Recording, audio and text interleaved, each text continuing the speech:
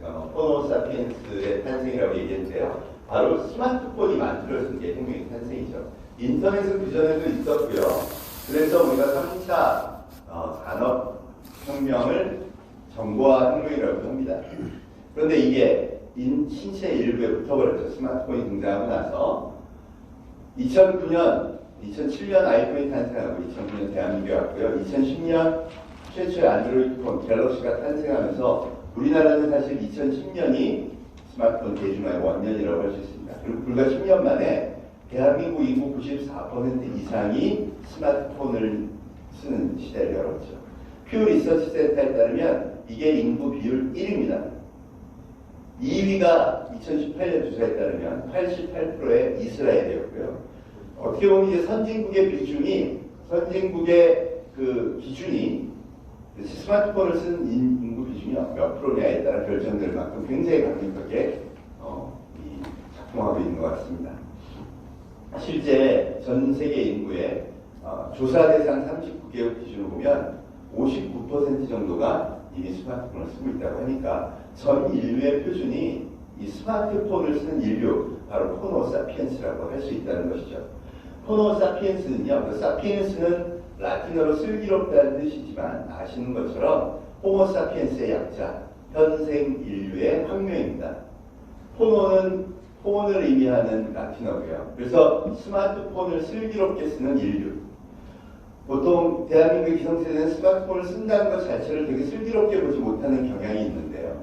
오늘은 반대로 슬기롭게 쓰는 사람이 어떤 문명을 리드하고 있는지를 주목해서 좀 검토해 보려고 합니다.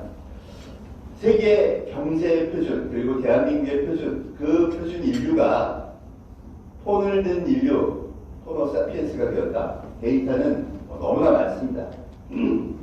우선 2020년 1월 1일 기준으로 세계 10대 기업을 봤더니요, 1, 2, 3, 4, 5위가 전부 스마트폰, 이 호모사피엔스 문명의 상주 기업들이 차지합니다. 1위 애플 말할 것도 없고요. MS는 윈도우즈에 이어 클라우드 서비스 애주어를 세계 1위로 정착시킵니다. 클라우드 서비스 자체가 호모사피엔스들의 비즈니스 업무 표준 플랫폼이죠. 또 구글과 페이스북은 광고 기업인데요. 광고를 방송에서 광고하는 게 아니라 유튜브 열어놓고 여기 가서 놓으세요. 페이스북 열어놓고 여기 가서 놓으세요. 그랬더니 그걸로 인해서 세계 3위, 5위의 광고 기업을 구성합니다. 완전히 새로운 문명을 창조한 것이죠. 아마존은 호모사피엔스의 쇼핑 기업. 그래서 이 5개 기업이요. 저는 호모사피엔스 문명의 창조 기업. 이제는 가파에 이제 마이크로소프트를 더해서 감파라고 하는데요. 이 기업들이 인류 문명을 선도하는 기업들이 되었다. 그리고 그걸 따라한 중국, 알리바바, 텐센트가 아시아의 넘버 1, 2가 됐습니다. 사실 많은 분들이 중국은 제조의 국가라고 하는데 제조도 잘하지만 실제로는 중국의 청년들이 가장 따라하고 싶고 창업을 할 때 참고하는 기업이 별로 알리바바, 텐센트 모든 거래는 디지털 플랫폼에서 하고 그리고 폰을 든 인류만을 대상으로 하는 기업이 차지하고 있다는 겁니다. 이 7개 기업 시총 합계를 봤더니 6,880조였습니다. 그런데 이게 코로나 이전이고요. 코로나가 시작되고 6개월 만에 8,604조가 되고 지난 9월 5일날 체크했을 때는 1경원을 넘어가더라고요. 그래서 이 40%의 성장이 코로나의 혜택을 통해서 이루어진 거라고 볼 수 있다는 거죠. 제가 우리나라에서도 동학개미, 서학개미 청년들이 많이 주식 투자를 하는데요. 이 주식 투자 청년들 사이에서 있는 건 이 세계적인 열풍이라고 생각합니다. 폰을 들고 언제든 내가 원하는 주식을 나의 정보에 맞춰서 살 수 있다. 이러니 10대, 20대 이 청년들이 열광하면서 게임하면서 즐기고 있다는 거죠. 그런데 그들의 선택은 저 7개의 플랫폼에 집중되어 있다는 겁니다. 이건 미래에 대한 기대치라고 할 수 있죠. 그래서 저는 이 데이터를 통해 이제 호모사피엔스 시대는 정해진 미래다. 실제로 애플의 시가총액은요, 진짜 거품 논란이 있을 만합니다. 대한민국 코스피 코스닥의 모든 기업 시총을 합해도 애플을 따라갈 수가 없을 만큼 이제 너무 커버를 했으니까요. 그럼에도 불구하고 왜 투자를 할까?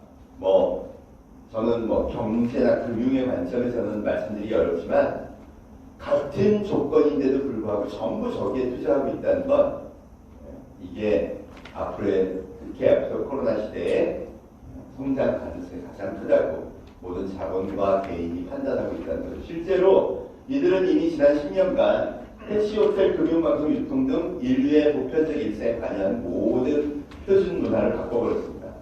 택시, 우버 안 타는 나라는 이제 우리나라, 일본, 이탈리아, 스페인, 독일밖에 없습니다. 심지어 우리나라 국민들도 해외 가면 당연히 우버 타는 게 낫지라고 얘기할 정도입니다. 이 5나라가 나쁘지 않은 나라이기 때문에 우리의 선택이 틀렸다고는 할 수 없지만 절대 공짜는 없습니다. 우리가 규제를 막아서 이 모빌리티 서비스 사업을 못하게 하는 사이 현대자동차 같은 경우는 동남아의 우버, 그랩, 인도의 우버 올라, 호주, 네덜란드 이런 모빌리티 서비스에 이미 5조 이상을 투입했고요. 실제로 앞으로 6년간 20조를 투자하겠다고 공표해버렸어요. 우리 산업만 공백이 생기는 거죠. 이게 매우 상징적인데요. 앞으로 우리가 모든 분야에서 만약 보호하려고 한다면 이 문명 교체기에는 아래쪽에 있는 돌을 빼서 위를 막는 소위 차세대 문명의 공백 현상을 막을 수 없다는 거죠. 실제로 우리나라 플랫폼 기업들도요 급성장 중입니다. 카카오가 35조 기업을 넘었고요. 네이버도 54조 기업을 넘었습니다.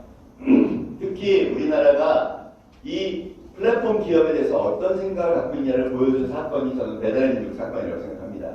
물론 배달의 민족이 독일계 기업의 DH에 이 매각된 거 안타깝고요. 또 갑자기 뭐 수수료를 올려가지고 욕을 먹은 거 잘못했다고 할 수 있습니다. 그런데 배달의 민족의 매각 가격이요 4조 8천억이었습니다. 사실 주식 스와핑을 했죠. DH의 주식을 4조 8천억어치를 받은 거예요. 그리고 배민의 김봉진 대표는 11개 국가 아시아 국가의 사업본부장으로 싱가포르로 이제 발령이 났습니다. 물론 아직 우리나라에서 승인을 해줘야 가능한 일이긴 하지만요. 그런데 아시는 것처럼 코로나 이후에 DH의 주가가 2배가 올랐습니다. 그럼 지금 현재 9조 6천억 기업이고 대한민국에서 가장 중요한 기업 중에 하나로 언급되는 중공업의 킹 현대중공업이 시총 6조 5천억이 되어났습니다.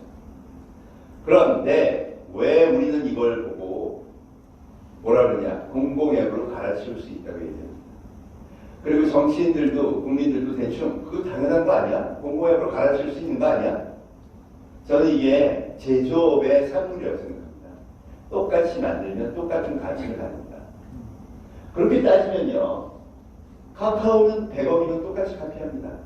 네이버도 비슷하고요. 유튜브도 비슷합니다.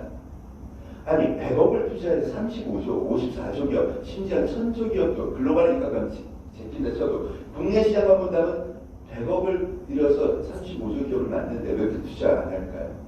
옛날의 방식이라면요 스펙 정해놓고 R&D 자금 투자해서 딱 밀어붙이면 금방 만들 수 있습니다. 전 세계 플랫폼 기업들이요 다 그렇게 공격 대상이 될 수 있는 거죠. 그런데 왜 못 만드는 걸까요? 공공앱도 왜 실패하고 있는 걸까요? 기준이 달라진 거죠. 4조 8천억을 DH가 기꺼이 지급했던 건 100억만 갖고 벨이 똑같이 카피해도 큰 문제 없는데 그렇게 못한 이유는 똑같이 만들어도 한 달에 3천만 건의 주문이 찾아오지 않기 때문입니다. 작년에 벨린에 시켜먹은 금액만 8조 5천억 원이라고 합니다. 카카오를 똑같이 만들어도 4,800만 명이 로그인하게 만들 수가 없다는 것이죠. 유튜브를 똑같이 카피해도 20억 명이 한 달에 찾아올 수 없게 하는 것, 찾아올 수 있게 만들 수가 없다는 것. 이게 결국 기업의 가치는 스스로 이 플랫폼에 찾아오게 하는 그 인원, 이 수가 되었다는 거죠. 저는 그걸 팬덤이라고 얘기하는데요. 이렇게 된 배경도 명백합니다. 인류는 달라진 게 첫 번째, 자기의 삶을 매일 자기가 선택합니다. 아침마다 보는 정보, 뉴스, 내가 다 거래하는 모든 것들을 과거에는 누가 광고를 하면 보고 사고 정해진 장소에 가서 정해진 상품들을 샀다면 이제는 디지털 플랫폼이라는 공간을 통해서 자기가 원하는 선택을 매일매일 하고 있죠. 이 자발적 선택을 받아내는 게 결국 기업의 중요한 가치가 되었다는 거죠. 실제로 인류는 이제 호모사피엔스 시대로 들어가면서 아예 표준생활 공간을 디지털 플랫폼으로 이동해 버렸습니다. 자카 아탈리라는 프랑스의 미래학자가 음악 소비 변화를 보면 미래 소비 변화를 예측할 수 있다. 저는 굉장히 공감하는 내용인데요. 이유가 뭐냐 그랬더니 가장 인류의 보편적이고 오래된 소비재가 바로 음악이라고 합니다. 그러니까 음악을 듣는 버릇은 이게 익숙해지면 다른 소비에도 영향을 끼친다는 건데요. 실제 이 시대 음악을 듣고 싶다는 욕망이 뇌에서 발생하면요. 스마트폰을 든 인류는 폰을 열고 디지털 플랫폼에 접속해서 음악을 듣게 됩니다. 이때 걸리는 시간이 약 2초, 빠른 사람은 뭐 더 빨리도 듣게 되는데요. 생물학적 존재인 인간은 뇌에서 욕망이 발생하고 그 욕망을 만족시키는 데 걸리는 시간이 이렇게 빠르다 그러면 그걸 기억한다는 것이죠. 그리고 아탈리의 이론에 따르면 이게 가능하다 그러면 다른 건 안 될까? 떡볶이가 먹고 싶어. 폰이 열리고 디지털 플랫폼에 접속해서 주문을 했더니 오더라. 이 경험이 압도적이기만 하면 굉장히 좋다고 느끼면요. 그 이전의 습관을 바꿔버린다는 겁니다. 대부분 대한민국 국민이 옮겨간 이유는 바로 여기에 해당되는데요. 왜 TV를 안 보고 내가 보고 싶지 않은 걸 계속 틀어주는 TV가 아니라 내가 보고 싶은 것만 보겠다 하는 이 욕구를 만족시켜주는 그 작동 원리로 인해 70%의 국민이 폰으로 영상을 보는 시대를 갔고요. 나 친구한테 5만 원을 보내야 돼? 그때 내가 한번 경험해봤더니 와우, 그 압도적인 경험이 70%의 국민을 스마트폰 뱅킹으로 이끌었다는 겁니다. 이건 앞으로 더욱더 강화될 거고요. 심지어 난 그런 거 싫어. 디지털 문명 신뢰하는 사람들조차 최근에는 코로나로 인해 방법 없이 일로 이동하고 있다는 것이죠. 그렇다면 맨 먼저 해야 될 코드 1, 마음의 표준을 디지털 문명이다라고 정하자는 겁니다. 그렇게 되면 빅데이터와 AI가 왜 중요한지, 왜 이제 사회의 필수 요소인지가 드러납니다. 인간이 하루 종일 디지털 플랫폼을 활용하게 되면 거기에 욕망의 흔적을 남기고요. 그 욕망의 흔적을 분석하면 훨씬 더 좋은 비즈니스를 할 수 있고, 이걸 프로그래머하면 AI라는 이 오래된 알고리즘을 통해 프로그래머하면 소위 소비자 맞춤형 서비스를 제공할 수 있습니다. 이미 아마존, 유튜브, 넷플릭스 같은 데가 이 결과가 매우 성공적이라는 걸 보여줬죠. 그렇다면 거의 모든 비즈니스에서 디지털 플랫폼을 기반으로 그게 뱅킹이 됐건 유통이 됐건 어떤 서비스가 됐건 빅데이터 분석과 AI는 이제 필수 요소가 됐다는 거죠. AI가 그리는 미래에 대해서 너무 추상적이고 나를 지배한다, 모든 일자리 교체한다, 이게 아니라 지금 대부분의 기업들은 여기에 집중하고 있다는 겁니다. AI의 활용이나 빅데이터의 분석이 결국 완전히 그런 방식에 집중하고 있다는 거죠.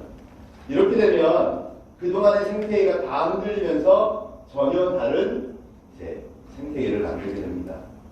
우선 내 마음에서 디지털 플랫폼이 인류의 표준적 생활 공간이다. 오프라인은 오히려 보조적이다. 이런 식으로 마음의 표준을 바꿔야 한다는 거죠.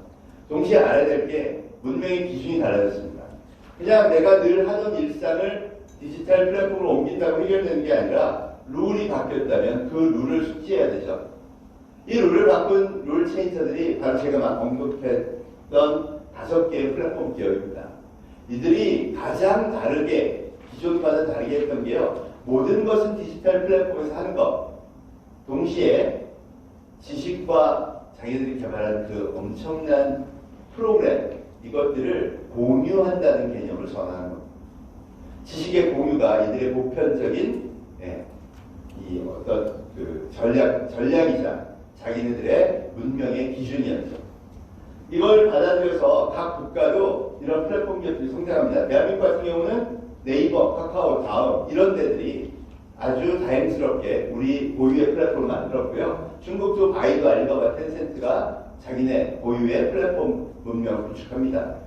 그리고 이들이 점점 더 많은 디지털 플랫폼 문명을 확산시켜 가는데 그걸 기반으로 성장하는 세대들은요, 또 다른 완전히 다른 능력들을 보여줍니다.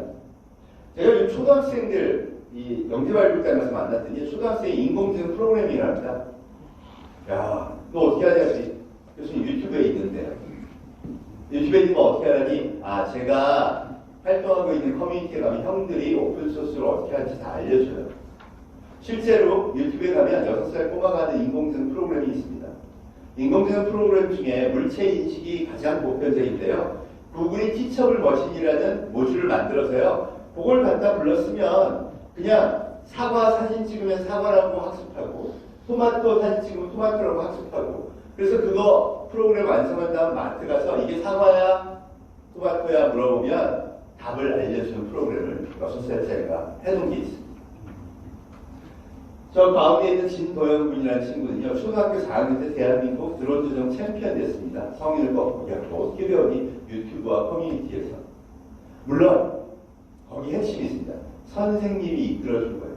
우리가 우려하는 대로요. 애들은 스마트폰 놓고 그냥 놔두면요. 슬기롭게 배우는 게 아니라 쓸데없는 짓만 합니다. 그런데 잘 이끌어주니까 선생님이 유튜브 그러니까 드론에 대한 호기심을 잘 이끌어주고 유튜브에서 그걸 찾아서 학습하는 방법을 알려주니까 초등학교 4학년 대한민국 챔피언이 되고요. 5학년이 되니까 드론이 날아다니면서 물체 인식하는 프로그램, 인공지능 프로그램을 짜고 있습니다. 말하자면 도대체 불가능하다고 여겨졌던 영역들이 가능한 영역으로 넘어오기 시작하는 거죠. 이런 친구들이 잘하면요. 저기 있는 청년, 바로 비탈릭 부테린 같은 청년이 됩니다. 암호화폐 넘버 2, 이더리움을 만든 청년이죠. 이 친구 19살, 워털루 대학교 전산과 1학년 때 이더리움을 만들어서 전 세계를 놀라게 했습니다.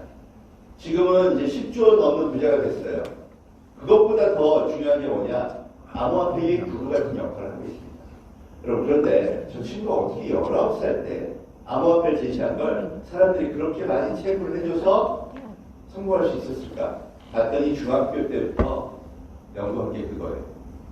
수학에 관심이 많은 청년이었습니다. 올림피아드, 과학 올림피아드 우리 학생들 많이 나가죠. 거기서 3등 정도 했던 수재이긴 해요. 그런데 어디 깊이 빠졌냐? 블록체인에 빠집니다. 블록체인의 이론, 그리고 비트코인이라는 게 나왔다는 거에 너무 관심 있고 재밌어서 거기 깊이 푹 빠지고 그걸 해결하기 위해서 전 세계 최고의 수학 강의를 다 듣습니다. 그리고 15살 때부터 아티클을 내기 시작해요. 비트코인에 계약서를 첨부할 수 있는 그런 암호화폐를 만들고 싶습니다. 그리고 17살 때 그 아티클이 우수하다는 걸 인정받아서 당시 최고의 그 분야 매거진이라서 비트코인 매거진의 공동 편집장에 들어갑니다. 그러니까 그 영역에 이미 17살 때 고2 때 구루가 돼 있으니까 19살 때 암호화폐를 냈을 때 전 세계 열광 사셨다는 거죠. 말도 안 되는 일이 지금 벌어진 겁니다. 비탈릭 부테린이 1994년생입니다. 왜 저걸 잘할 수 있었을까요? 어려서부터 지식은 공유하는 거고 동시에 스마트폰을 15살 때부터 쓴 친구예요. 그러니 이 스마트폰을 든 인류와 이 금융의 시스템이 어떻게 맞물릴 수 있는지에 대해서 누구보다도 자연스럽게 아이디어를 낼 수 있는 세대라는 거죠. 그 옆에 있는 김태훈 군 울산과기대 물리학과에 입학했어요. 그리고는 인공지능 프로그램에 푹 빠집니다. 오프라인 학교 공부 다 하는데 특히 집중한 게 온라인 커뮤니티, 개발자 커뮤니티에서 프로그래밍을 전 세계 청년들과 함께 배운 거예요. 2016년 3월 알파고 이세돌을 이기고 나서 알파고 소스코드 80%를 전격 공개합니다. 여기 문화는 원래 그렇습니다. 공개하고 함께 가자. 왜 시사하게 20% 공개 안 하냐? 그러면서 저 커뮤니티에 있는 청년, 김태현을 비롯해서 전 세계 청년들이 20% 프로그램을 짜기 시작합니다. 공개하려고요. 김태훈이 울산에서 20개의 핵심 모듈을 짜서 공개해버렸죠. 김태훈이 어떻게 유명해졌냐 하면요. 그걸 본 구글의 제프 딘이라는 디렉터가 와우, 너무 멋지다. 그러면서 김태훈한테 메일을 썼습니다. 너 우리 회사로 와라. 이 스카우트 제이 때문에 유명해진 거죠. 안타깝게 못 갔어요. 문제가 아니라. 그런데 공익 3년하고 실력 더 키워서 전 세계 AI 엔지니어가 제일 가고 싶다는 회사 테슬라 CEO 일론 머스크가 세운 오픈 AI라는 인공지능 회사가 있습니다. 연봉은 3억 8천만. 그럼 그 회사가 요새 GPT라고 스스로 장문하는 인공지능 프로그램을 짜가지고 유명해진 회사가 바로 그 회사입니다. 유학도 안 가고요. 스펙을 쌓은 것도 아닌데 어떻게 저 실력을 갖게 될까요? 이게 바로 달라진 인류의 가장 기본적인 요소입니다. 메타인지가 달라지죠. 요즘 심리학 하시는 분들이요, 아이들의 학습 성과를 보려면 메타인지를 향상시켜야 된다, 이런 얘기 많이 합니다. 메타인지는 제3의 자아로 자기를 보는 자아라고 얘기하는데요. 나는 이건 알아, 난 이건 몰라 라고 판단하는 기준이기도 합니다. 예를 들어 엘살바도르의 5번째 도시, 그럼 그걸 어떻게 알아? 이렇게 되시죠. 이게 메타인지가 있기 때문에 가능한 일이라고 합니다. 그런데 검색한 인류한테는 검색하면 엘살바도르로 5번째 도시를 알 수 있을 것 같아, 이렇게 됩니다. 인공지능 프로그램을 초등학생이 어떻게 해? 여기서 경험했더니 할 수 있을 것 같은데요. 한 19살짜리, 17살짜리가 금융의 혁신을 일으키는 암호화폐를 어떻게 디자인해? 이렇게 배우니까 할 수 있을 것 같은데요. 지평이 달라지는 거죠. 이들이 진짜 무섭게 성장하고 있습니다. 그리고 이들이 디지털 문명을 더불어 완전히 바꾸고 있죠. 지식 공유의 문명은요, 택시도 공유하자, 호텔도 공유하자, 공유경제를 낳고, 공유경제는 선택적으로 실패와 성공의 명암이 갈리면서 성공한 것들은 플랫폼 경제로 이제 정착하고 있습니다. 중고거래는 어디 가서 하고, 배달은 어디 가서 시키고, 이게 전부 다 소위 말해서 커뮤니티 기반으로 플랫폼으로 완성되고 있다는 거죠. 이제 어찌 되었든 간에 대한민국 국민의 72%는 TV 광고를 안 봐요. 그럼 그 사람들은 어디서 정보를 얻고 물건을 소비할까요? 바로 이 플랫폼에 가서 리뷰를 보고 그들의 영향력, SNS에 대한 영향력을 통해 소비하는 시대로 넘어간다는 거죠. 이게 표준이라는 겁니다. 그리고 이게 코로나를 맞아서 특히 꽃피우기 시작합니다. 이걸 리드하는 세대가 바로 밀레니얼 세대, G세대. 이 밀레니얼 세대는 1980년 이후 태생인데요. 이들이 왜 물리적으로 특별히 그 이전 세대인 베이비붐이나 X세대하고 다르냐. 사실 베이비붐과 X세대는 크게 다르지는 않다고 봅니다. 밀레니얼 세대는요, 어려서 인터넷을 경험한 세대입니다. 우리나라 기준으로 본다면 싸이월드에서 미니미 좀 해봤고, 거기서 자기 방도 좀 꾸며봤고, 그리고 도토리도 좀 써본 친구들. 여러분 써보신 분? 네, 여기 딱 2분. 저도 물론 못 써봤습니다. 여러분 보통 도토리를요, 싸이월드의 도토리를 암호화폐 원조라고 얘기합니다. 커뮤니티 내에서 금융거래를 할 수 있도록 해준 거니까요. 왜 이들이 잘할 수 있느냐? 써봤으니까요. 몸에 배어있는 것, 어릴 때부터 스스로 몸에 배어있는 거하고 공부에서 배워서 딱딱하게 적용하는 거는 그 선택이 자율선택, 소비자의 자율선택 면에서는 엄청난 차이가 있다는 것이죠. 사실 베이비붐이나 X세대는 되게 억울합니다. 특히 X세대는요, 베이비붐 세대한테 열심히 업무를 배워서 이제 좀 잘하려고 하는 거예요. 그런데 문명의 기준이 바뀐 거죠. 예를 들어 은행, 지점장 수업을 열심히 했어요. 근데 나는 우리 지점장 앞서가신 나의 선배 지점장보다 더 잘할 준비가 돼 있는데 지점은 앞으로 차츰 다 폐쇄하겠습니다. 왜? 업무 처리 비중이 8%, 9%밖에 안 돼요. 없애야죠. 그럼 내가 경험하지 못한 디지털 문명을 기반으로 사업이 전개된다고 합니다. 이러니 억울하죠. 억울해서 혁명이라고 합니다. 그래서 요즘 데이터를 보자는 거죠. 표준을 정할 때 내가 생각하고 있는 소위 회사의 의사결정권자가 생각하고 있는 상식적인 이야기가 안 통할 수 있다는 겁니다. 대한민국 국민의 70%가 모바일 뱅킹을 한다면 그걸 표준으로 잡고 나머지를 줄여가는 게 맞습니다. 대한민국 국민의 72%가 TV를 안 보고 있다면 TV 광고를 줄이고 모바일 쪽으로 접근하는 게 맞죠. 이걸 주창한 사람이 바로 아마존의 스티브 제프였습니다.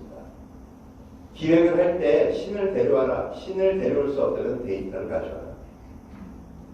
사실 인류의 선택은요, 이미 표준 문명을 M세대 것을 만들었죠. M세대 1980년 이후 태세니까 전 세계적으로 보면 40살이 탑입니다. 지금 인구는 25. 이 40살이 탑인 사람들이요, 2030년이 되면 50살이 되죠.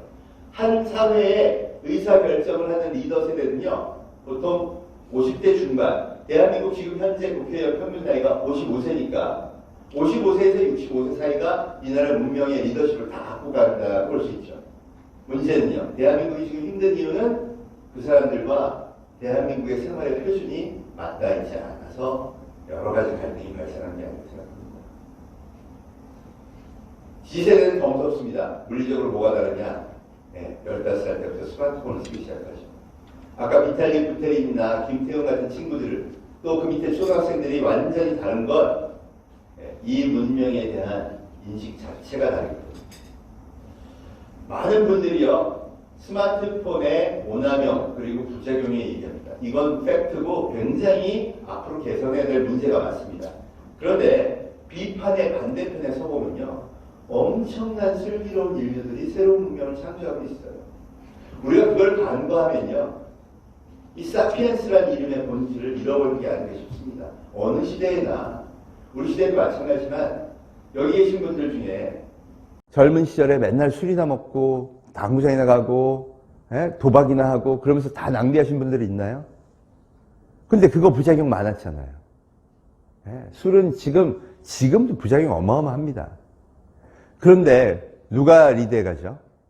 그 시대를 슬기롭게 이겨낸 사람들. 슬기롭게 이겨낸 사람들을 주목하고 키워줘야 미래를 여는 키워드가 된다는 거죠. 실제로 그 표준이 얼마나 다른가 한번 보겠습니다. 대한민국 정부 표준은요, 코로나 같은 게 발생하면 이렇게 보도자료로 매일 내죠. 아침 10시가 되면. 이거 하나도 안 불편하시죠? 당연한 거지 뭐, 이렇게 생각하시죠? 디지털 트랜스포메이션 했습니다. 옛날에 신문에 했던 걸 파일로 해서 웹사이트에 올려놓으니까요. 그냥 우리는 끝난 거예요, 그게. 그런데 이게 불편한 친구들이 있습니다. 바로 대학생들이죠. 26살 이동훈이라는 대학생이 어른들은 이상해. 이걸 보고 어떻게 확진자를 피해 다녀? 내가 오늘 가는 게 강남역이야. 그럼 강남역을 딱 치면 강남역 근처에 확진자가 얼만큼, 또 색깔별로 며칠 됐는지를 딱 보여주고 동선을 보여줘야지. 이 데이터가 있으면 그게 가능한데 왜 이렇게 할까? 그리고 이걸 만들어요. 걸린 시간은, 개발하는데 걸린 시간이 이틀 걸렸답니다. 아니, 이틀 만에 이런 걸 어떻게 했어? 오픈소스로 하니까요. 커뮤니티 가면 다 있어요. 디자이너들도 협업해서 다 도와줘요. 돈도 안 되는데 왜 했어? 저도 그렇게 배웠으니까요. 여러분, 심지어 코로나 재확산 때는 코로나 라이브라는 게 나왔습니다. 아니, 10시까지 기다리지 말고 실시간으로 좀 볼 수 없을까? 그걸 만든 게 2000년생 홍준서 군입니다. 대학교 1학년 마치고 군대 가려고 대기하다가 개인 프로젝트로 심심풀이를 했대요. 뭘 보고 했는지 아세요? 5천만 국민이 매일 받는 재난문자. 여러분, 재난문자를 보고 그걸 자동으로 읽어드리면 라이브로 쏴줄 수 있겠다는 생각을 어떻게 할까요? 메타인지가 다르고 상상력이 다른 겁니다. 그리고 실행 능력도 다르죠. 우리도 웹사이트로 저렇게 개발하자 정부에서 회의했으면 어떻게 됐을까요? 기획하고 발주하고 입찰하는데 한 6개월은 걸릴 겁니다. 그죠? 그래서 못하는 거죠. 6개월이면 코로나 끝나지 않겠어? 하지 말자. 여러분, 어느 문명이 미래 리더십을 가지겠습니까? 기업들이 디지털 트랜스포메이션이라고 보도자료 저렇게 만들어 놓은 식으로 하는 것과 진짜 고객이 선택할 수 있도록 만들어내는 힘, 어느 게 미래의 선택을 받을까요? 여러분, 대한민국 저 보도자료 하루에 몇 명이 다운로드하고 받아볼까요? 그 대학교 1학년이 만든 게 일주일 만에 1000만 명이 조회했었습니다. 인재가, 생각이 완전히 달라집니다. 그럼 교육도 달라져야죠. 대한민국 교육은 정시 확대로 점점 더 몰아갑니다. 실제로 이런 문명에서 수능 기계, 암기력을 잘하는 아이들이 과연 얼만큼 인재로 대접받을 수 있을까요? 사실 저도 미래교육위원회에 있지만 거기 있는 성공한 20대들이 얘기하는 거는 교육이 아니라 이제 학습이다. 교육은 에듀케이션, 강제로 시키는 거죠. 이거 중요합니다. 기본적인 학습 시켜야 됩니다. 그런데 스스로 러닝하려는 의지를 키우지 않으면요. 앞으로는 인재가 되기 어렵다는 거죠. 그런데 우리는 그걸 기준으로 하나도 안 받아들이고요. 그리고 코로나 시대를 맞았습니다. 여러분, 이번 코로나 되면서 중고등학교에서 선생님들이 잘하는 강사 인터넷 강의를 다 링크 걸어서 집에서 보라고 했어요. 애들이 봅니다. 야, 시험 성적 좋은 데는 이 선생님들이 훨씬 낫다. 그러면 앞으로 학교는 왜 가야 되지? 학교가 오직 수능의 기계를 만드는 게 목표라면 학교 갈 이유가 없습니다. 더 좋은 강의가 엄청나게 많은데요. 학교는 그럼 친구들 만나고 그런 거 하는 데야. 교육과정에 그런 게 있나요? 그죠? 친구가 왜 필요한지를 교육과정에 담아주질 않아요. 너는 시험 봐서 네 친구를 꺾고 1등을 하는 게 네 학교의 목표야. 대한민국이 지난 30년간 한 번도 안 바꾼 겁니다. 이미 해외는 바꾸고 있죠. 프랑스의 IT를 교육하는 공공학교, 18세에서 33세 청년이 누구나 갈 수 있고 교육비 무료고, IT 전공이 아닌 사람만 받아주는 에꼴 40이라는 학교가 있습니다. 여긴 들어가잖아요. 수업도 없고 교사도 없어요. 스테이지 1, 이 프로그램을 완성하시오. 팀을 만들어주고 그들이 그걸 짜기 시작합니다. 여러분, 그 얘기는요, 검색해서 오픈소스 갖고 이걸 풀 수 있는 게 이미 BIT 전공자도 할 수 있을 만큼 수준에 올라와 있다는 겁니다. 그만큼 엄청난 컨텐츠가 풍부하게 있다는 거죠. 그 길만 알려줘요. 너희들이 공부해, 풀어. 이걸 3년 동안 해서 모든 스테이지를 클리어하면 전 세계 기업이 다 들어갑니다. 왜 그런가 봤더니요, BIT 전공자죠. 나 갤러리 큐레이터였고 패션에서 물건 팔던 사람이고 나 은행에서 텔러 하던 사람이야. 그런데 디지털 플랫폼으로 솔루션 만드는 걸 다 경험했어요. 그럼 진짜 필요한 기존 생태계의 디지털 트랜스포메이션, 진짜 필요한 인재가 탄생하는 겁니다. 이게 교육의 디자인이죠. 학습을 통해 사람을 바꾸는 겁니다. 미네르바 스쿨, 이게 요즘 부각되고 있죠. 원래부터 캠퍼스가 없어요. 모든 수업은 온라인으로. 대학은 7개의 도시 기숙사에 머물면서 다니는 겁니다, 애들이. 문명을 배우는 거죠. 재미있는 건 수업의 50%가 사회 문제, 기업 문제 해결형입니다. 우리나라 기숙사도 있어요. 카카오 네이버 가서 새로운 앱 서비스, 서울시 찾아가서 공공 앱 서비스, 이런 거 개발하는 게 한 학기 숙제예요. 한 학기 내내 그거 어떻게 하면 좋을까를 발표하고 학습하고 발표하고 학습하고, 이런 식으로 수업의 50%를 이미 바꿨습니다. 실제로요, 대학에서도 해보면, 아니 도대체 이놈의 시험 봐서 자격증 따게 하는 게 언제까지 필요할까가 컴퓨터나 AI의 등장으로 진짜 이건 대체될 가능성이 매우 높다가 드러납니다. 안 바꾸는 이유는요, 바꾸면 제가 힘들어지거든요. 우리 사회 전체가 지금 그러고 있는 게 아닌가. 이건 얼마나 위험한 선택인지가 사실 이미 드러났죠. 이번에 코로나가 오면서요, 디지털 트랜스포메이션 안 해도 돼. 심지어 괜찮았던 식당, 또 전통 시장의 가게, 백화점 다 어려움 갖고 있습니다. 생존의 방법은요, 제가 몇 개 식당을 가보면 손님이 너무 없어요. 괜찮아요? 그러면 그나마 배달, 포장, 이거 한 대만 좀 살아남습니다. 말하자면 배민의 생태계, 배달의 생태계, 포장, 소위 포노사피엔스 마켓으로 어느 정도 트랜스포메이션 한 기업만 살아남는다는 거죠. 그럼에도 불구하고 매일 1100개의 영세 사업장이 문을 닫고 있습니다. 굉장히 심각한 문제가 일어나고 있는 거죠. 그래서 이런 생각의 전환이 필요하죠. 반찬 가게 만든다 그러면 뭐가 떠오르세요? 목 좋은데 시장이나 사람들 왔다 갔다 하는 데에다가 설비 넣고 인테리어 하고 잘하면 되겠다. 이러지 말자는 겁니다. 온라인 쇼핑몰을 열고 공유 주방, 거기 가서 그냥 이 설비나 이런 비용 많이 드는 거 하지 말고 임대해서 쓰면서 자기가 성공할 길을 찾아보자는 거죠. 이유도 분명합니다.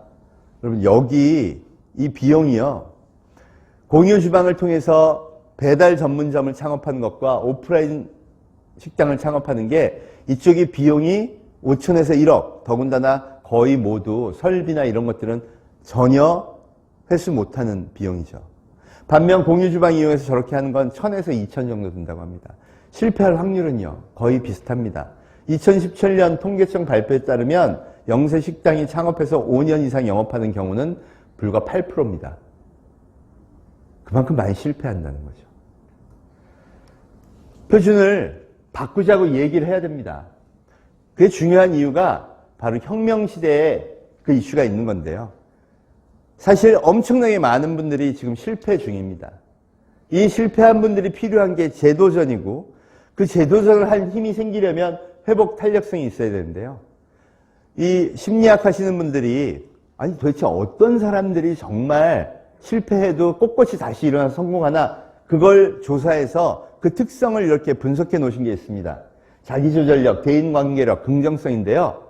자기 감정을 통제하고 냉정하게 원인을 분석해서 미래를 위한 준비를 한 사람, 또 대인관계가 굉장히 좋고 소통과 공감이 뛰어난 사람, 그리고 항상 긍정적으로 생각하는 사람이 유리하다고 얘기합니다. 그런데 이 시대를 봤더니요, 그러려면 내 표준을 디지털 문명으로 옮기고 배워야 됩니다. 아니 여기서 떡볶이집 실패했는데 다른 동네 가서 또 오프라인으로 하면 성공할까요? 온라인의 문명을, 디지털 문명을 받아들여서 원인을 분석해서 실력을 키우고 SNS 그리고 배달에서의 리뷰 이런 것들을 다 소통하고 공감하면서 이 능력도 키워가면서 긍정적으로 생각해야 그 회복 탄력성이 커지지 않을까요? 저는 그래서 네 번째 코드를 회복 탄력성으로 잡았습니다. 문명의 표준을 바꿔야 생존할 수 있다. 실제로 시장 생태계는 급격하게 변화 중인데요. 저는 BTS가 상징하는 이 시대의 문명을요, 소비자 권력 시대로 얘기합니다. BTS를 키운 게 아미니까 소비자, 아미가 권력을 행사한 것이죠. 이게 전 산업 분야에 이미 팽배해 있습니다. TV는 권력을 많이 잃은 반면 유튜브가 권력을 많이 가져갔습니다. 대한민국도 56.7%가 유튜브 보고 있다고 하니까요. 그래서 파워 유튜버들, 굉장히 많은 구독자를 확보한 사람들이 오히려 방송보다 훨씬 큰 권력을 가졌다라고까지 얘기합니다. 그런데 재미있는 건 수천만 명의 구독자를 가진 파워 유튜버도요, 항상 뭘 좀 눌러달라고 구걸을 합니다. 뭐죠? 구독과 좋아요. 너무 흔하게 매일 들으시죠? 이 구독과 좋아요를 눌러달라고 하는 이유가 권력의 본질을 아는 거죠. 내가 아무리 파워 유튜버로 막강한 힘을 발휘해도 소비자의 손끝이 나를 선택하지 않으면 나는 끝장이다라는 걸 아는 겁니다.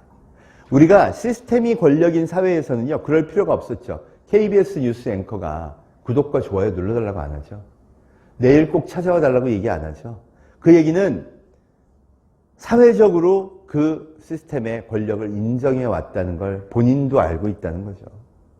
그런데 이제 방송국도요, 구독과 좋아요를 눌러달라고 하게 할 판이 됐습니다. 수입은 계속 줄고요. 소비자가 열광하는 팬덤을 만들지 않는 한 미래는 없다는 게 너무 분명해지고 있습니다. 지금 EBS에서 집중하는 건 팽수입니다. 네, 지난 10개월 동안 뭐 900억을 벌어줬다고 하죠. 앞으로 고객이 선택하는 크리에이터 역할을 하지 않으면 기존에 남의 방송 사다가 송출만 하면 된다는 다 망한다. 이미 결론이 나 있습니다. 그래서 엄청나게 고객이 열광하는 그 컨텐츠를 만들기 위해서 노력 중이고요. 나영석이나 김태호 PD 같은 대한민국 대표 PD들도 전부 유튜브 콜라보 방송으로 전환을 했습니다. 문제는요, 그럼 배워야 되는데 성공한 유튜버한테 배울 생각은 안 하고요, 대부분 비난하는 데 시간을 집중한다는 거죠. 여러분, 6살 꼬마 유튜버 보람이가 30억씩 한 달에 벌어서 청담동에 100억짜리 빌딩을 샀다. 그 기사 기억나시죠? 그러고 나서 우리나라 언론부터 시작해 전부 다 비난 일색이었어요. 애들 팔아 돈 번다. 학대 방송한다. 사실 그래서 고칠 건 고쳐야 된다라는 의견도 팽배했습니다. 맞습니다. 비판할 건 비판하는 게 당연하죠. 그런데 반대편에서 도대체 보람이는 어떻게 성공했나 분석하는 방송도 기사도 하나도 없었어요. 그냥 걔는 그냥 특이한 애 하나일 뿐이야. 그런데 얘가 자본도 이용 안 했고 방송 권력을 이용한 적도 없거든요. 그럼 대한민국 일반인이 한 달에 30억씩 벌 수 있는 기회가 열렸다는 거죠. 데이터를 한번 봤습니다. 보람이의 구독자 수는 2,600만. 세계 최고의 키즈 유튜버가 라이언인데요. 걔하고 이제 10만 차이 나더라고요. 우리나라 아기가 4, 5, 6, 7세 합해야 138만이거든요. 그럼 나머지 아기는요. 2,500만이 전 세계 다른 국가 아기들이었습니다. 오죽하면 저 보람TV는요. 하도 사람들이 번역을 달아달라 그래서 6개 국어로 자막을 달아서 내보냅니다. 평균 조회수가 2,900만에 그러니까 돈을 번 거예요. 엄청나게 방송 올렸죠. 그런데 어른들이 하도 씹어대니까 요새는 방송을 별로 안 올립니다. 옛날 기준으로 볼까요?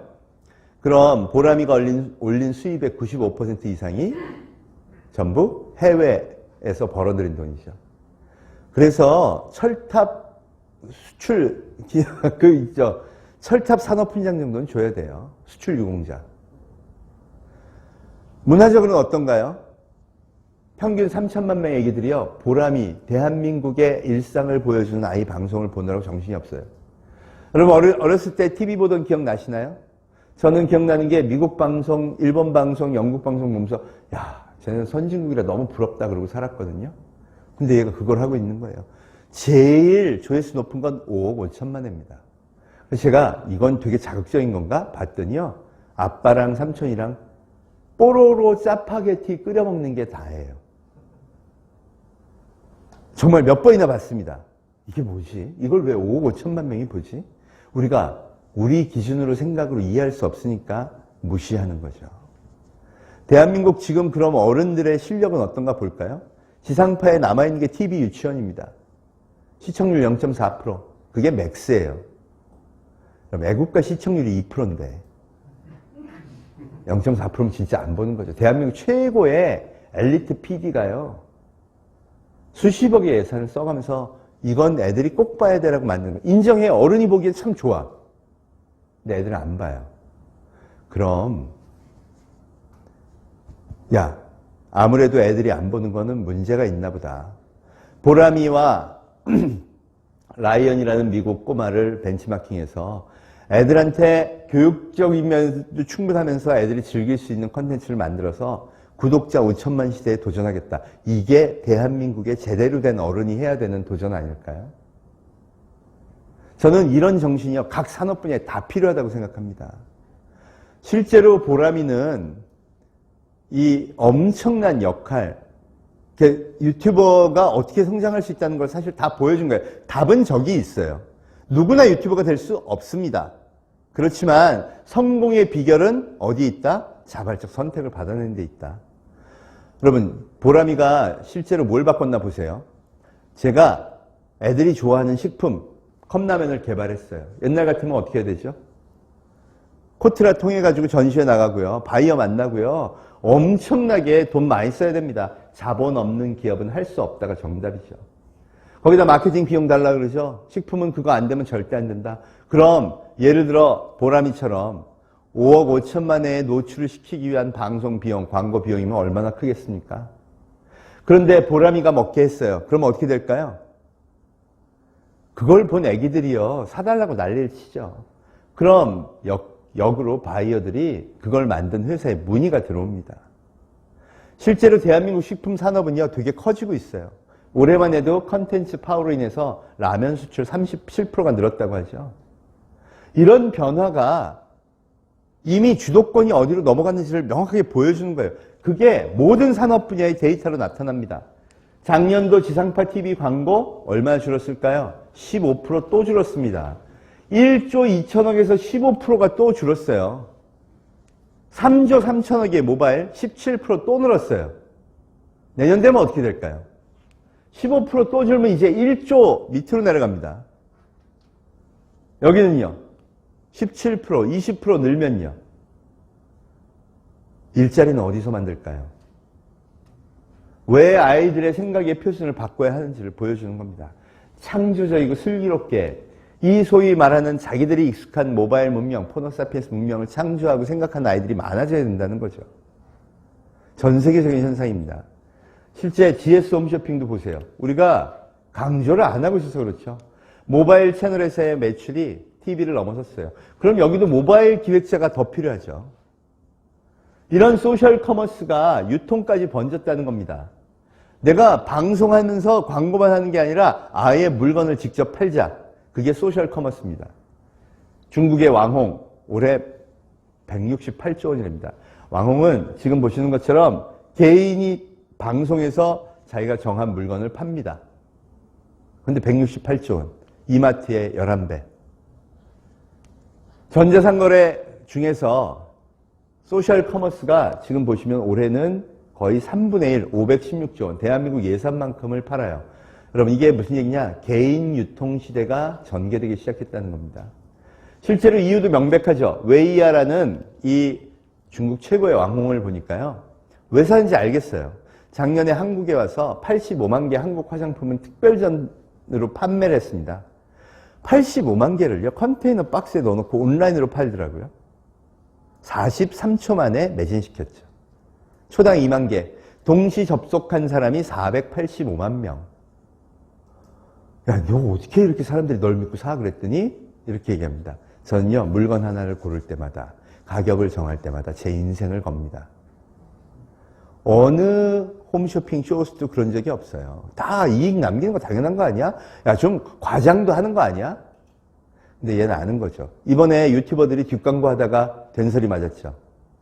여러분, 여기는 거짓말을 할 수가 없고요. 거짓말해서 한 번 배신하면요. 그때 끝납니다. 그래서 인생을 건다는 거죠. 무슨 얘기냐? 안 써본 거 자기가 잘 모르겠는데 절대 안 팝니다. 써보고 좋고 자기가 진짜 마음에 들고 그러면 사장님을 직접 찾아가서 가격 딜을 하죠. 싼 가격에 마진 당연히 적게 해서 줍니다. 여러분 홈쇼핑 마진 채널 비용 줘야지 대기업 운영비 빼면요. 중소기업 납품가의 40%가 자기 마진인 거 다 알잖아요. 포노사피엔스들이 얼마나 스마트합니까? 모르는 사람이 없어요. 그러니까 얘한테 가서 사는 거예요. 그걸 10년을 진정성 있게 하니까요. 엄청난 팬덤이 생기죠. 아미처럼요. 팬덤에 기반한 소비가 여기도 정착하는 겁니다. 올해는 차도 팔았어요. 중국 둥펑 자동차하고 웨이야 스페셜 에디션. 여러분 1700대 차를 7분 만에 완판시켜요. 이런 거에 새롭게 도전하지 않고요. 계속 묶여 있으면요. 말하자면 이거에 익숙한 젊은이들은 저런 아이디어 내고 막 새로운 거 도전하고 싶은데 우리는 그게 용납이 안 되면요. 미래를 가져가기 어렵죠. 실제 해외의 이런 팬덤 시장에 성공한 기업들 볼까요? 소셜 커머스의 원조라고 불리우는 김소희 대표, 스타일난다라는 회사입니다. 동대문에 22살 때 옷가게를 창업하고요. 바로 팬덤 만드는 데 성공한 다음 화장품으로 전환해서 13년 만에 6천억 기업으로 키웠습니다. 우리 별로 주목은 안 하는데요. 여러분 이게 그 남양유업보다도 훨씬 시가총액이 큰 기업입니다. 로레알이 6천억을 주고 샀어요. 이건 제조 라인도 없어요. 코스맥스가 다 만들어주거든요. 그런데 팬덤의 가치를 그만큼 본 거죠. 1,600억이던 매출을 로레알이 인수하고 바로 2,700억으로 뛰었습니다. 로레알은 데이터 보고 회사 산 거예요.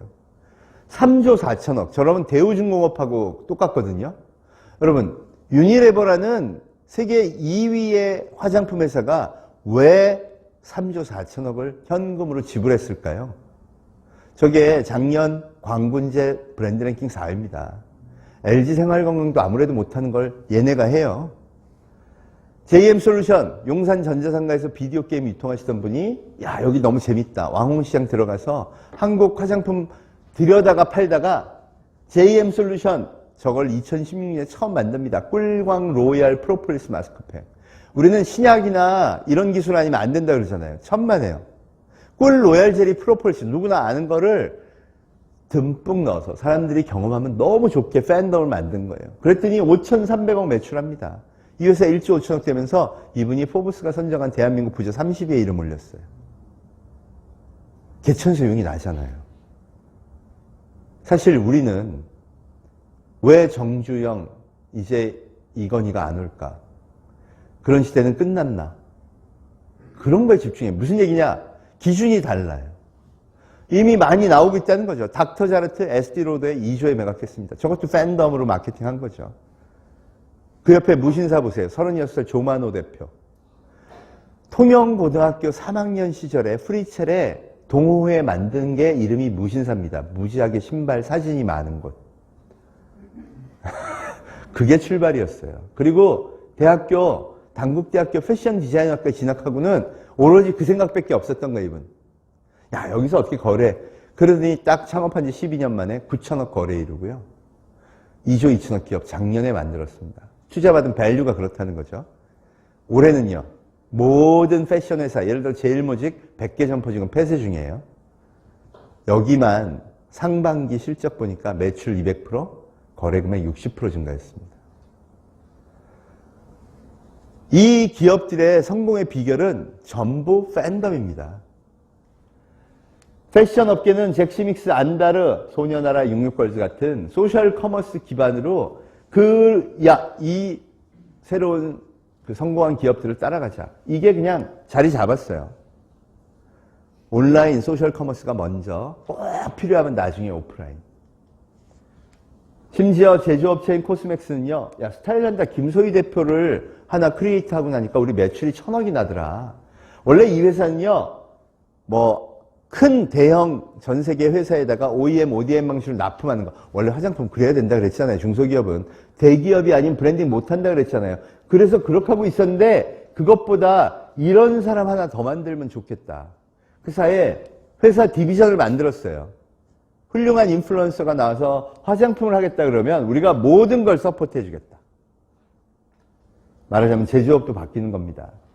오죽하면 유튜브도요, 브랜드 커넥트라고 팔로워가 25,000명 이상 되는 사람은 광고든 판매든 하려면 지원하세요. 우리가 AI로 그 사람을 찾아드립니다. 이런 서비스를 미국에서부터 지금 시작했습니다. 소셜 커머스가 앞으로의 기존 시스템 유통을 50%는 대체할 거다. 이렇게 보고 있다는 거죠.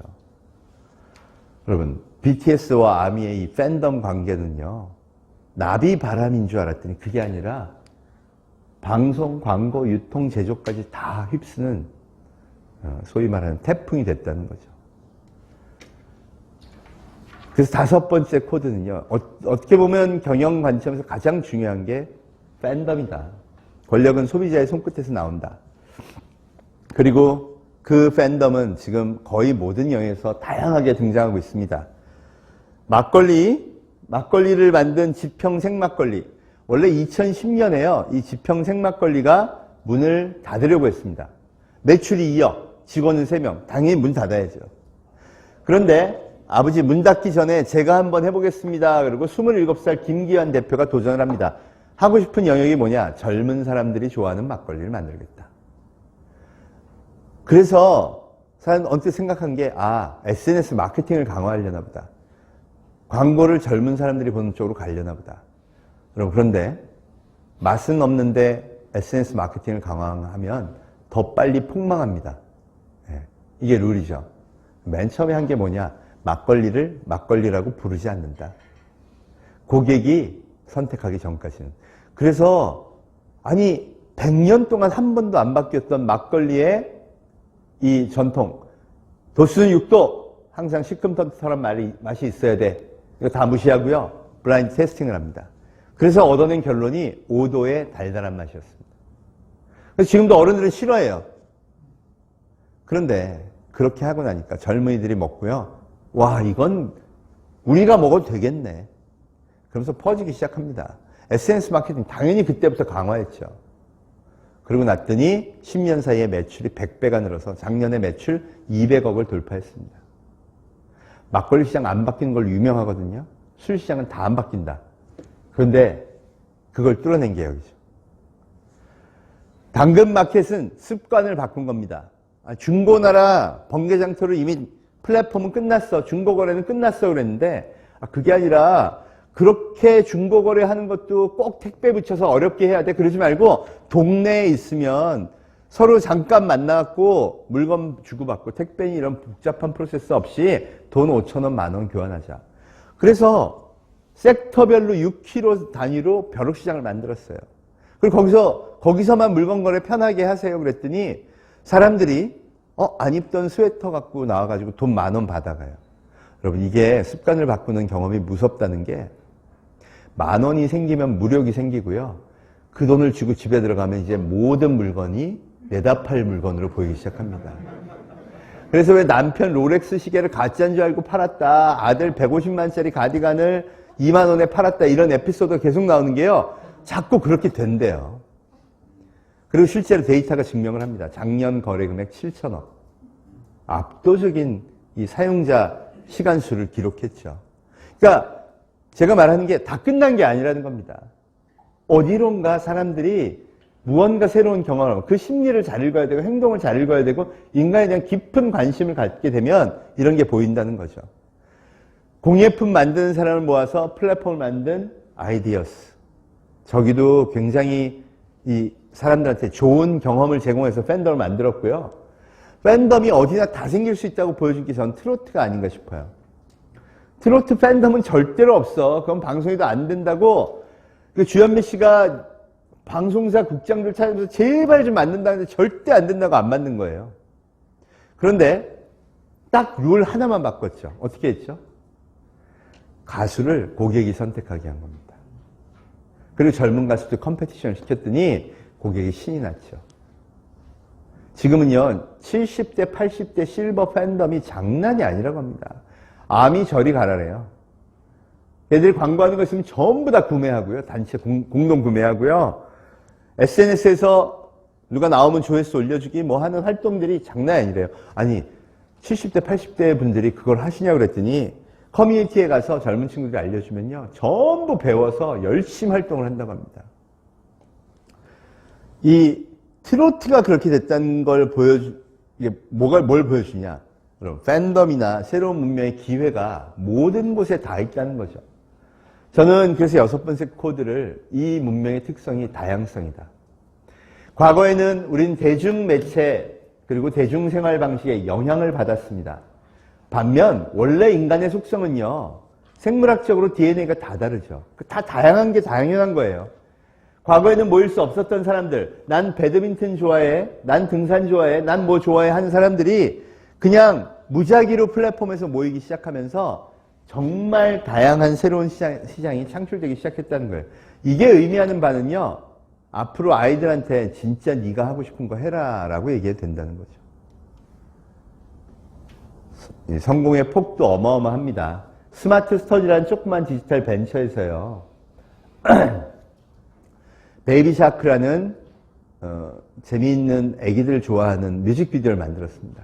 동물 캐릭터나 춤추는 거죠. 조회수가 68억 뷰입니다. 세계 2위예요. 세계 1위가 70억 뷰의 데스파시토라는 뮤직비디오인데요. 저 노래를 부르는 루이스 폰시라는 가수가 스마트 스터디에 연락을 해갖고 나도 베이비샤크 부르면 안 되냐? 그래서 만들어준 게 저 노래입니다. 저기 저 썸네일 그 비디오 보이시죠? 아니 왜?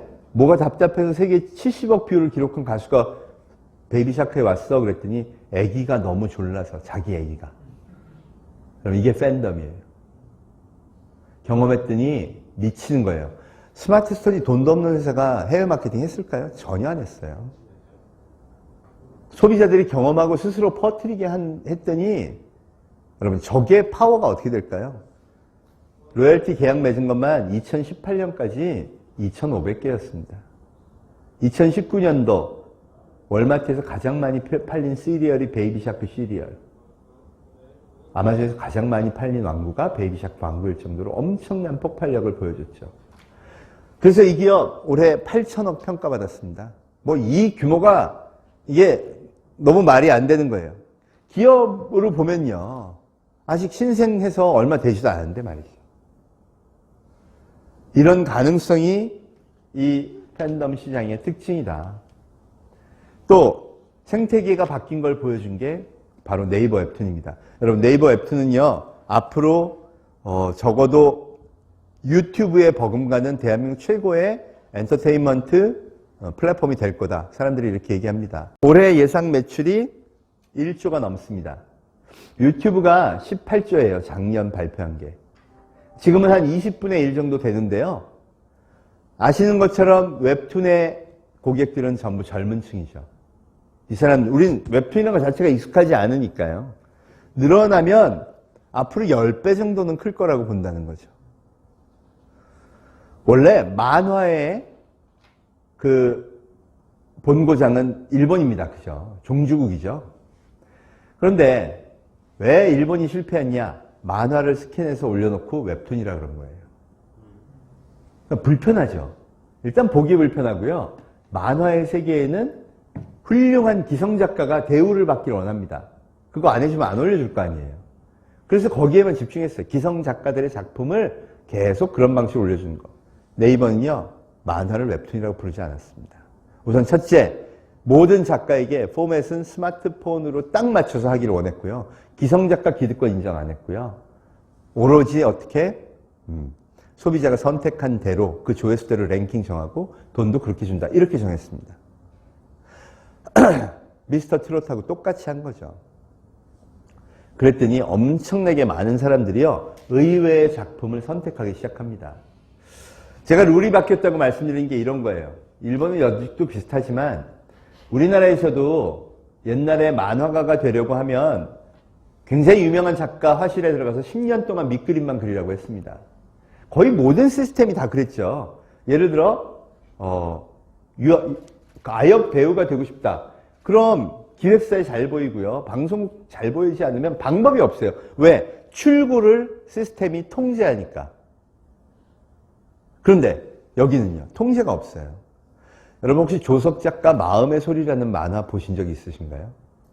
여러분 그게 옛날 사람들이 이 재단을 출판권을 갖고 있었다면 그게 과연 단행본으로 나왔을까요? 안 나왔을 겁니다. 만화는 그렇게 해서는 안 돼 라고 재단을 했겠죠. 그런데 조석 작가의 마음의 소리는요, 아시아 최고의 팬덤을 만들고 네이버가 최고의 플랫폼으로 아시아에서 성장하는데 제1번에 기여를 한 작품이라고 합니다. 어마어마한 팬덤을 갖고 있죠. 규모도 어마어마하고요. 수입도 어마어마합니다. 여러분 재혼황후라고요. 이번에 드라마하고 영화 제작에 계약을 맺었어요. 계약금 40억 받았습니다. 드라마의 여왕이라는 김수현 작가도 그렇게 못 받거든요. 그런데 40억을 받았어요. 이 40억의 의미가 뭘 얘기하느냐? 앞으로 이 웹툰 사업의 시장 규모가 얼마나 커질지를 보여주는 겁니다. 지금은요, 이태원 클라스니 신과 함께니 웹툰에서 성공한 거를 영화로 만들고 드라마로 만드는 게요, 아예 그냥 보편적인 현상이 돼버렸어요. 그럼 헐리우드도 관심 있겠네요. 맞습니다. 헐리우드에서도 애니메이션을 우리나라 웹툰 신과 함께였나? 하여간 그거 가지고 한다고 그러더라고요. 여러분 이게 이렇게 다른 생태계를 만듭니다. 제가 이거 규모를 앞으로 산정해서 봤더니요, 대한민국 대기업 사장님들하고 비슷해질 것 같아요. 그럼 한번 생각해 볼까요? 웹툰 작가로 최고로 성공한 것과 대한민국 최고의 대기업의 대표이사 사장님 되는 거, 어느 게 더 어려울까요? 자, 여기 아마 그런 경험 많으실 텐데 회사에 입사해서 사장님 되기까지 경로를 한번 생각해 보십시오. 입사해서 신입사원 때는 탬버린 열심히 치고 삼겹살 열심히 구워가지고 좋은 사람 인정받고요. 그때부터 막 힘들어도 영업 나가야죠. 싫어도 막 좋은 얘기해야죠. 그런 거 다 좋은 것만 겪는다고 해도 인간이라는 게 기본적으로 그러니까 그렇더라도 임원되는 게 별따기입니다.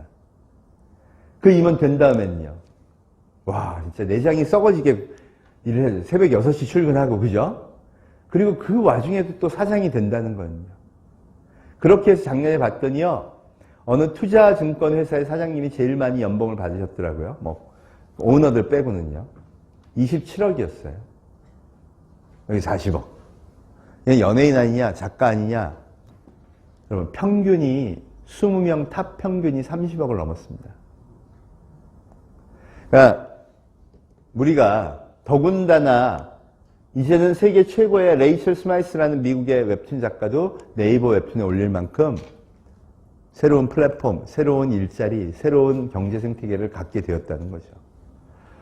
재미있는 건 뭐냐? 대한민국의 컨텐츠 파워가요, 소위 소비자들이 자발적으로 선택하고 SNS를 기반으로 하는 영역에서는요, 전부 슈퍼파워가 됐다는 겁니다. 아직 미국에는 밀리죠. 그런데 아시아는 탑 중에 탑입니다. 지난 코로나 때문에 전부 집콕하는 생활 기간 중에 넷플릭스의 순위 랭킹이 계속 발표됐거든요. 아시아 압도적 1위가 사랑의 불시착과 사이코지만 괜찮아였습니다. 심지어 일본도. 네. 그 얘기는 우리한테 뭔가 있다는 거죠. 여러분, 블랙핑크가 여자 가수 이제 세계 최고가 된 거 아세요? 네. 이 빌보드에 글로벌 그 랭킹 하는 게 있습니다. 미국 말고 전 세계로. 1등이 블랙핑크, 2등이 BTS더라고요. 유튜브 팔로워 수에서도요, 블랙핑크가 여자 가수로는 세계 1위입니다. 왜 한국의 이 K-팝들이 이렇게 뜨는 걸까요? 심지어 최근엔 그거 보셨나요? 서울시 동영상에서 판소리를 만든 거? 그럼 판소리 그걸 불렀는데 그거 뷰수가 2억이에요. 노래 들어보니까 진짜 판소리입니다. 수군가 뭐 이런 것들을 만들어요. 그 얘기는요, 대한민국 전체에 대한 문화적 관심이 전 세계적으로 굉장히 높아졌다는 거. 이게 어떤 영향을 미치냐? 일단 식품, 아까 라면 수출 37% 늘었다 그랬죠? 그걸 기가 막히게 이용한 게 CJ의 비비고 만두입니다. 만두로 단일 상품 매출 1조 원을 돌파했죠. 여태까지는 신라면이 세계 최고 인기다 그래도 6천억 넘어간 거가 맥시멈이고 더 이상 안 올라간다 그랬거든요. 1조를 가뿐하게 넘었습니다. 원래 비비고는 덤플링이라는 중국식 이름으로 북미 시장에 진출했어요. 왜? 덤플링이라는 회사 그 이름으로 중국 회사가 마켓 쉐어 1등이었거든요. 작년에 과감하게 MANDU를 쓰기 시작한 겁니다. 그런데 그게 완전 폭풍을 일으켰죠. 넷플릭스에서 어마어마한 사람들이 한국 걸 보면서 야, 저거 뭐야? 또 기생충에서 짜파구리 먹었죠. 저거 뭐야? 한국 음식이야? 만약 맛이 없었으면 어땠을까요? 여러분, 맛이 없으면 폭망합니다. 근데 맛이 있었던 거예요. 그게 저는 실력이라고 생각합니다. 팬덤을 만드는 킬러 컨텐츠의 비결은요, 바로 경험을 좋게 하는 겁니다. 내가 가만히 있지 못하게. 그러려면 실력이 있어야죠. 특허나 무슨 세계 최초의 기술이 아니라 경험을 만드는 실력입니다. 이건 정말 총체적 경험을 창조하는 실력인데요. 동시에 진정성이 있어야 됩니다. 아까 웨이야가 얘기했던 것처럼 나는 내 인생을 겁니다. 또 SNS를 기반으로 하는 세심한 소통이 필요합니다. 광고를 일방적으로 내보내고 우리는 우리끼리 알아서 할게가 아니라 실제로 팬덤은요, 직원부터 생겨야 한다고 합니다. 자기 직원이 좋아하지 않는데 누가 소비자가 열광을 하겠습니까? 저는 이게 실력의 기준이라고 생각합니다. 팬덤을 만드는 힘이라는 거죠. 사실 웹툰 작가도요, 누가 어떻게 재단을 하겠습니까? 고객의 선택이 만드는 거죠. 트로트 가수요. 아니, 대한민국 최고의 트로트 가수가 얘가 최고야 라고 하면 되는 시대인 줄 알았더니 그게 아니라는 거죠. 고객이 선택하는 힘. 그래서 저는 팬덤 시대의 마지막으로 뽑은 게 사람이 답이다라는 겁니다. 알고 봤더니 이 사람들이 폰을 쓰고 있지만 여전히 속 안에는요, 수만 년 쌓여있던 인간의 본질이 오히려 더 투명하게 드러나더라는 겁니다. 더 싼 걸 더 좋은 값에 줄 수 있으면 옮겨가고요. 나를 따뜻하게 배려하고 진정성으로 배려하면 팬덤도 만들고요. 이런 식으로 세계를 이미 사로잡고 있더라고요. 애플. 여러분, 대한민국에서 세계 최초로 폰을 접었습니다. 이렇게 넓고 편리하고요. 거기다가 5G까지 탑재해서 속도가 20배나 빠릅니다. 여러분, 사십시오. 광고를 엄청나게 때립니다. 애플 아이폰 사용자들이 뭐라고 답했느냐? 됐고 그냥 아이폰 주세요. 7억 명입니다.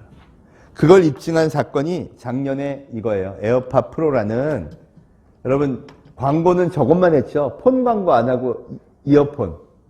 저거 30만 원 넘게 팔았어요. 근데 똑같은 성능의 제품을 샤오미에서 2만 원에 팝니다.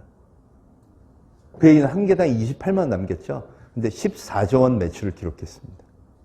우리나라에서는 품절 계속 겪었죠. 여러분, 됐고 그냥 에어팟 주세요. 이거 샤오미는 더 좋은 건데 이거는 더 싼데요. 됐고. 이게 팬덤이죠. 그걸 창조한 사람을 보십시오. 스티브 잡스. 스티브 잡스는 폰이라는 기술을 만든 게 아니고 소프트웨어를 만든 게 아니고요. 총체적 경험의 완성을 위해서 아주 악랄하게 구는 걸로 유명하죠. 인간은요, 경험에 의한 디테일에 의해서 팬덤이 생기지 내가 들고 있는 폰에 세계 최고의 기술이 담겼다고 팬덤이 생기지 않는다는 거죠. 우리는 이걸 어떻게 보느냐? 하드웨어와 소프트웨어의 결합으로 봐요. 그게 아니라 팬덤이 생길 만큼의 경험을 줄 수 있느냐. 우리가 지금까지는 제조업에 너무 치중해서 하드웨어가 잘생기고 이쁘고 뭐 이런 것까지는 잘하는데 아직 그게 없다는 겁니다. 자동차도 보십시오. 왜 테슬라가 400조 기업이 되면서 도요타를 꺾고 세계 1위 자동차 회사가 됐냐. MZ세대가요. 타보면 뭐라 그러냐. 됐고 테슬라 주세요. 경험해보면요. 걔들이 좋아할 만합니다. 이게 차야 폰이야. 이만한 패널에요. 여러분 제가 오토파일럿을 한번 해봤어요. 차가 몇 대 있는지가 다 나와요. 우리는 한때 걱정을 했죠. 테슬라 망하겠다. 왜? 자율주행하다 죽었잖아요. 제가 그거 몰고 있는 친구한테 자율주행하다가 죽었다는데 너 안 불안하냐 그랬더니 뭐라는 줄 아세요? 그 데이터가 있으니까 이게 더 안전해진 거죠. 실제로 그렇습니다. 와, 포노사피엔스는 생각이 달라요. 대중의 매체에 영향을 받는 게 아니라 과학적 데이터를 그렇게 많이 사람을 죽여가면서까지 뽑아내는데 믿을만 하다. 그리고 시각적으로 다 보여요. 실제 차선을 이동할 때도요. 뒤에 차가 있으면 안 갑니다. 놔두고 손 떼고 있으면요. 지가 알아서 적당한 시간 되면 차가 들어가고요. 완전한 오토파일럿은 아니지만 그 정도면 뭐 이러니 열광하게 만드는 거예요. 왜 아마존이 넷플릭스가 떴나 봤더니요. 14만 원의 연회비를 낸 사람이 2억 명. 그게 아마존의 실체입니다. 됐고 아마존에 살게요. 넷플릭스. 우리는 유료로 돈 내고 본 사람 얼마 없다 그러잖아요. 우리도 이번 코로나 이후 3배가 늘었는데요. 전 세계 2억 명이 돈 내고 봐요. 다른 것 콘텐츠도 됐고 넷플릭스 주세요. 이 포노사피엔스 문명의 특징이 진정한 이런 실력자를 만드는 거죠. 하드웨어는요. 대한민국 팬덤 만들만 합니다. 이 탐 브라운 에디션 제가 들고 있는 것도요. 사람들이 열광을 해요. 열광을 할 만큼 하드웨어는 잘 만들어요. 경험은 총체적으로 아직 모르겠다는 거죠. 또 메모리 써보면 저에너지의 고밀도로 너무 좋다. 열광합니다. 하드웨어는 그거 잘해요. 문제는요. 그것과 소프트웨어를 분리한다는 거예요. 그게 아니라 고객이 원하는 건 경험. 내가 사봤더니 너무 좋더라 하는 마음을 사는 기술이 필요하다는 겁니다. 앞으로 어떤 기술이 되던 그게 어떤 서비스가 됐건 금융이 됐건 뭐 유통이 됐건 어떤 것이 됐건 내가 써보니까 여긴 대박이다. 정말 너무 좋다 하는 것들이 나오면 성공할 수 있다는 겁니다. 이걸 이현웅 선생님은 물질 자본 시대가 가고 공감 자본 시대가 왔다. 이렇게 얘기하십니다. 저도 정말 동의가 됩니다. 공감, 제가 얘기하는 팬덤이죠. 개인도 앞으로는 그래서 실력을 어떤 걸 키워야 되느냐? 디자이너가 됐건, 엔지니어가 됐건, 진짜 좋아할, 사람들이 좋아할 그 미묘한 감정은 뭘까? 여러분, 이게 왜 어려운 줄 아세요? 그런 걸 경험해 봐야 됩니다. 디자인도 해보고요. 상품도 만들어보고 하드웨어, 소프트웨어 다 해봐야 됩니다. 그런데 우리나라에는 그걸 협업해서 그걸 총괄적으로 만들어내는 그런 회사도 조직도 교육도 별로 없었다는 거죠. 앞으로는 이걸 향해 가야 됩니다. 적어도 콘텐츠 산업에서 보이는 바에 따르면 대한민국이 굉장히 좋은 기회가 온 거죠.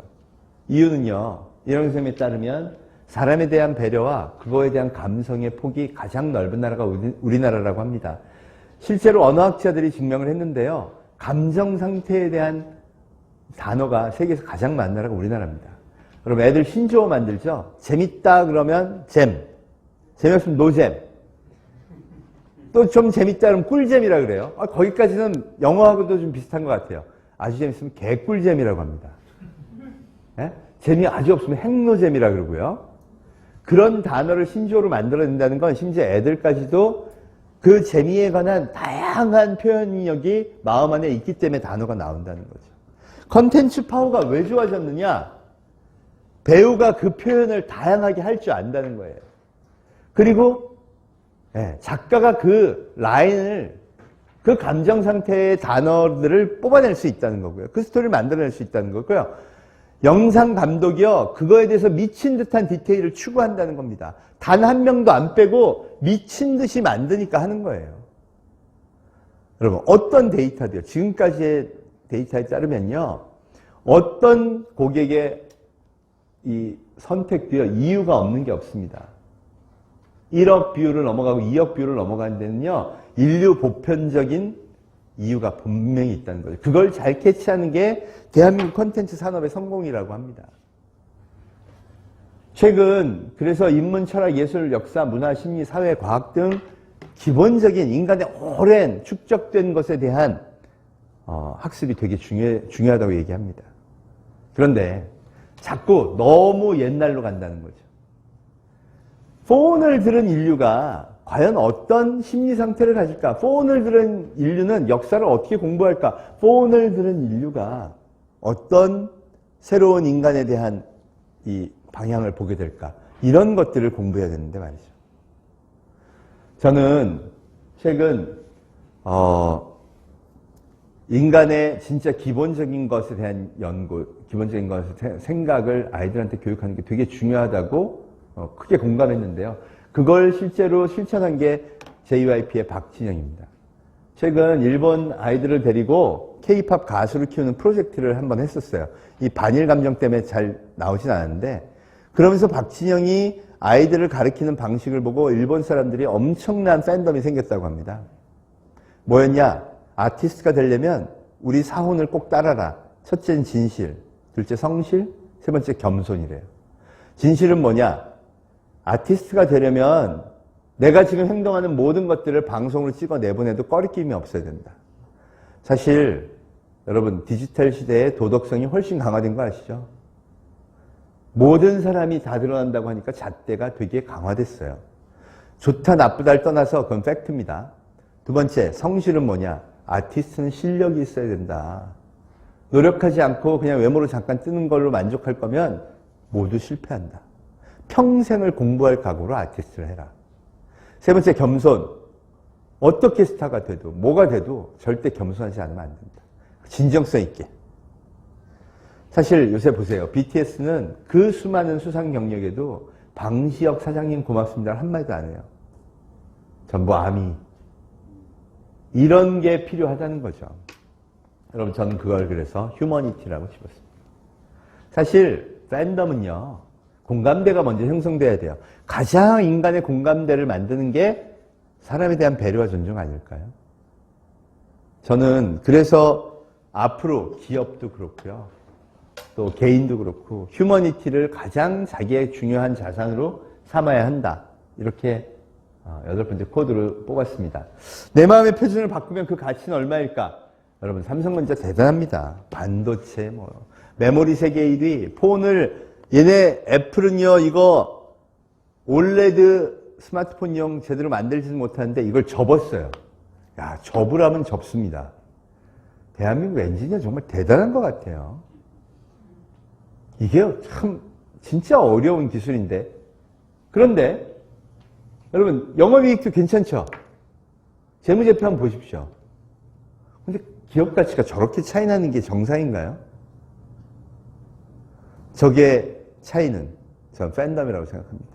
대한민국은요, 그동안 오로지 세계 1등만 하면 된다고 가르쳤어요. 그래서 일본을 잡았습니다. 세계 1등 기술이 일본이었거든요. 디지털 시대로 오면서 우리는 일본을 확실히 잡았어요.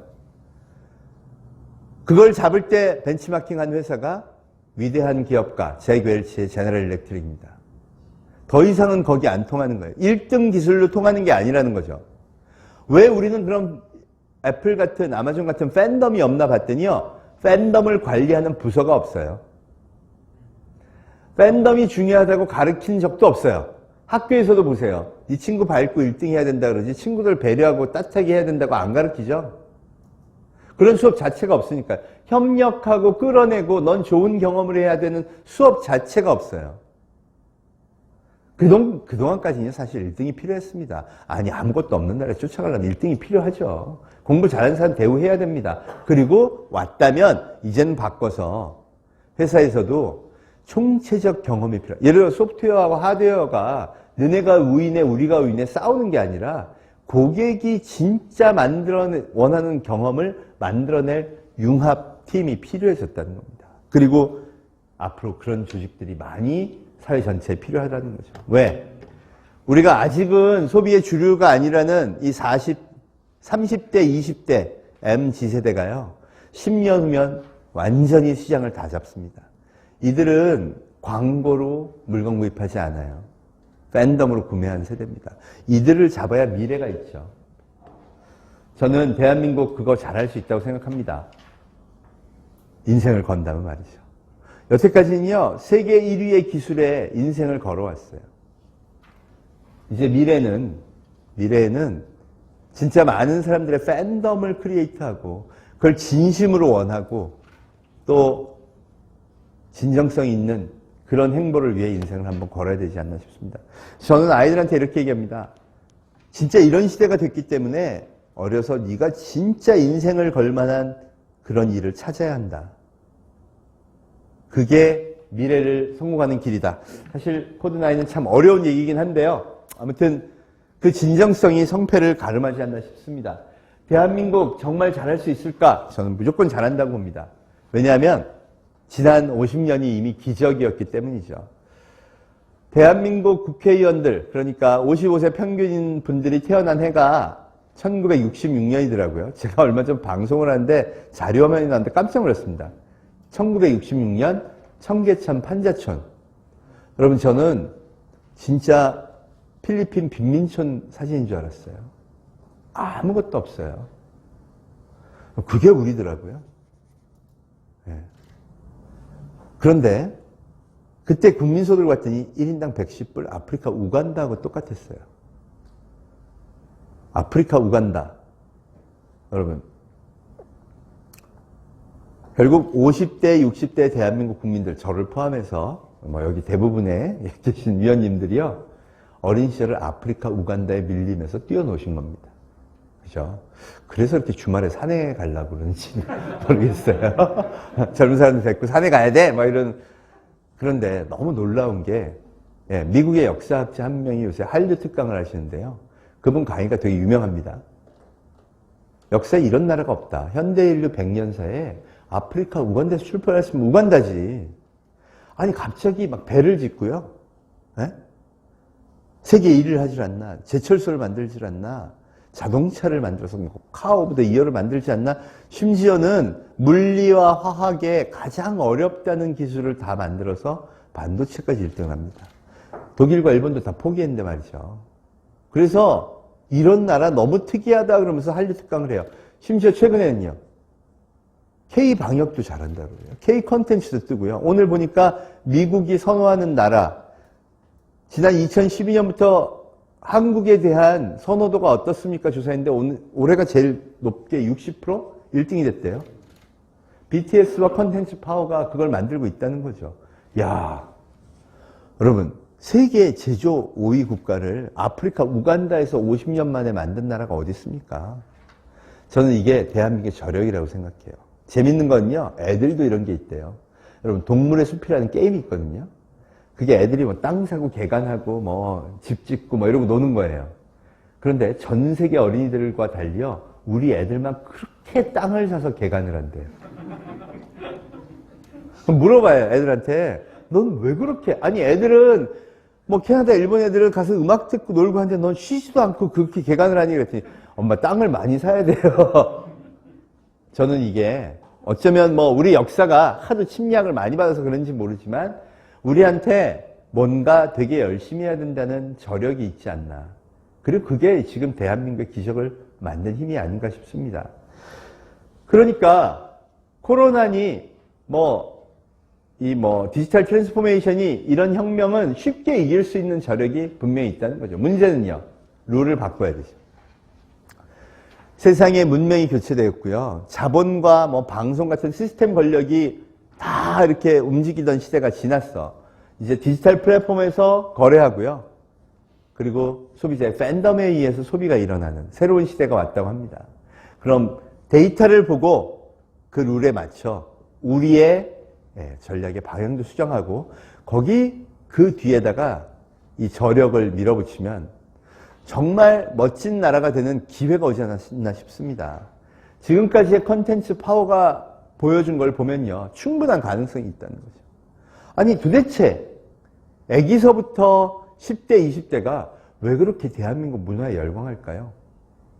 우리한테 뭔가 있다는 겁니다. 우리가 이미 가진 거 훌륭합니다. 금융 서비스, 대한민국 어른들이 만들어 놓은 것들, 또 행정 서비스, 의료 서비스, 거기다가 제조업, 특히 중요하죠. 제조업은 대한민국의 근간입니다. 이 만들어진 시스템에 전 세계가 열광할 만한 팬덤 파워를 더한다면 저는 이번이 위기가 아니라 기회가 될 거라고 생각합니다. 근대화의 시기에 일본은 메이지 유신을 통해 위기를 기회로 극복했고요. 우리는 멸망했었습니다.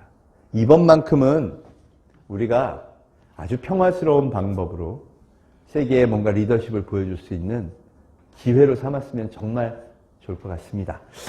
9가지 한번 꼭지를 이렇게 말씀드려 봤는데요. 오늘 돌아가셔서 한번 곰곰이 생각해 보시고 미래의 방향을 한번 열어보시면 어떠실지 싶습니다. 네, 긴 시간 경청해 주셔서 감사합니다. 네.